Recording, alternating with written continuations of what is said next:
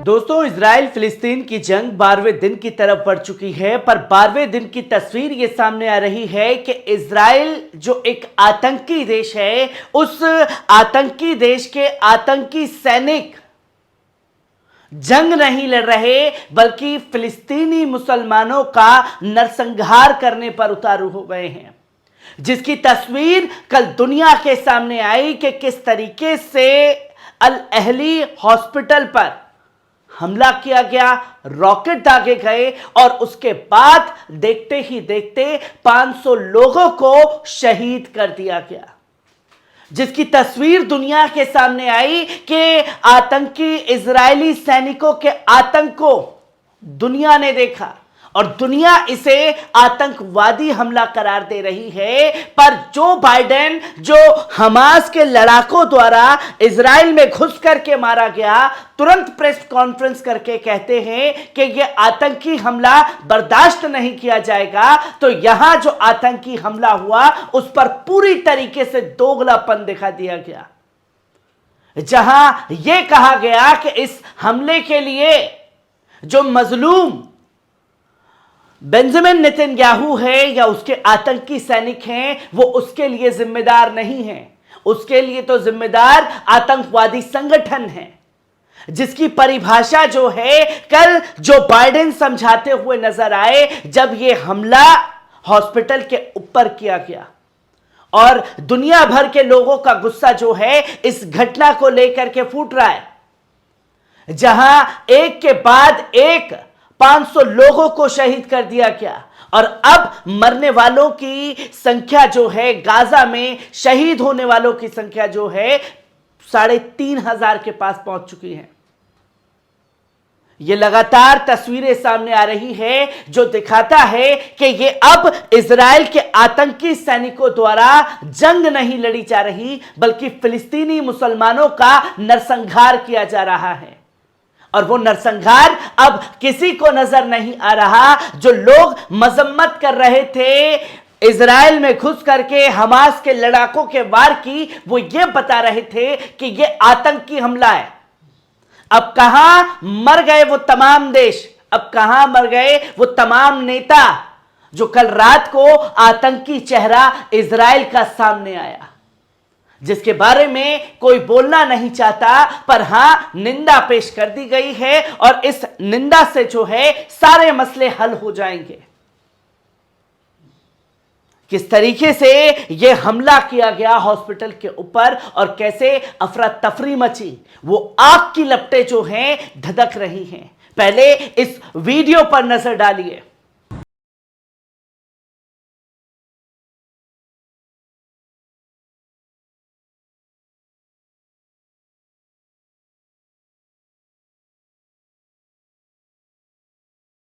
आपने देखा यह वीडियो के किस तरीके से हमला जो है वो हॉस्पिटल के ऊपर किया गया, क्योंकि बीते कुछ दिन पहले ही एक और हॉस्पिटल पर हमला किया गया था, जहां लोगों को घायल अवस्था में ले जाया जा रहा था। उस दौरान रॉकेट दागे गए थे इजराइल के आतंकी सैनिकों द्वारा हॉस्पिटल पर और 24 घंटे की मोहलत दी गई थी कि आप लोग हॉस्पिटल को खाली कर दीजिए।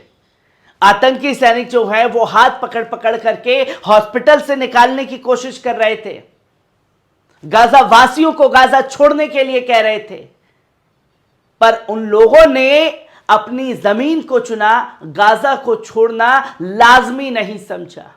और उसके बाद यह आतंकी चेहरा सामने आता है, और जब यह आतंकी चेहरा दुनिया के सामने आता है तो जो बाइडेन जो गला फाड़ करके चिल्ला रहे थे इजराइल पर हुए हमले की, वो आतंकी चेहरा उन्हें यहां नजर नहीं आया, जो कि साफ तौर पर दुख जता दिया गया कि मुझे दुख हुआ है इस हमले से। जहां आप देखें कि इंटरनेशनल मीडिया में सवाल पूछा जा रहा है जो बाइडेन सरकार से, और सिर्फ आतंकी इजरायली देश ही फिलिस्तीनी मुसलमानों के नरसंहार का दोषी नहीं है, दोषी है यह चेहरा जो इस नरसंहार को बढ़ावा देकर के मजलूम फिलिस्तीनियों का नरसंहार करा रहा है। और दुनिया के सामने मजलूम बनने का ड्रामा जो है वो खेला जा रहा है अमेरिका और इजराइल द्वारा। जहां अमेरिका राष्ट्रपति जो बाइडेन ने मंगलवार को कहा कि वे गाजा अस्पताल में एक घातक विस्फोट से क्रोधित थे। उन्होंने सुरक्षा सलाहकारों को अधिक विवरण इकट्ठा करने के लिए कहा था। हमास ने हमले के लिए इजराइल को जिम्मेदार ठहराया है, जबकि इजराइल का कहना है कि इस्लामिक जिहाद फिलिस्तीनी आतंकवादियों द्वारा छोड़ा गया रॉकेट जिम्मेदार था। एक तो चोरी, ऊपर से सीना चोरी। कोई इजराइल और अमेरिका से करना सीखे। जहां 500 लोगों को शहीद कर दिया गया, उसके बाद भी मुंहजोरी और सीनाजोरी कैसे हो रही है, यह दुनिया के सामने है, जो कि यह दर्शाता है जो बाइडेन का दोगलापन, जब बात फिलिस्तीनी मुसलमानों को लेकर के सामने आ रही है।